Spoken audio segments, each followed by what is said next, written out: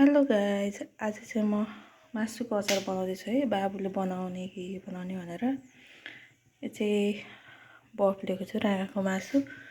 यहाँ तेल तताउँदैछु। मासुलाई सानो पिसको बनाएर काटेको छु। अब यसलाई तेलमा हाल्छु।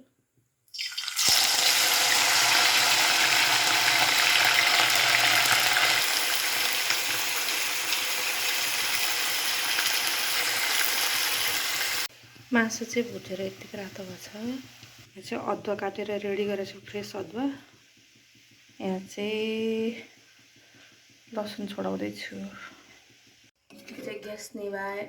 अब यसलाई झिक्दैछु। यतिको रातो उठेर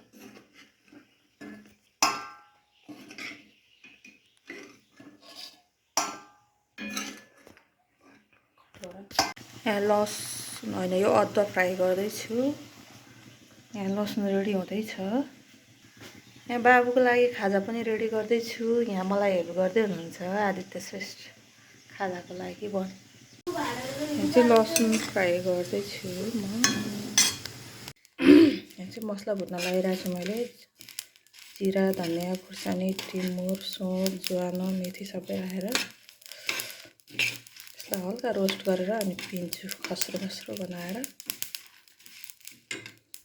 मसला पिन्नको लागि रेडी भयो। यहाँ चाहिँ मैले अदुवा, लसुन र मासु फ्राई गरेर राखेको छु।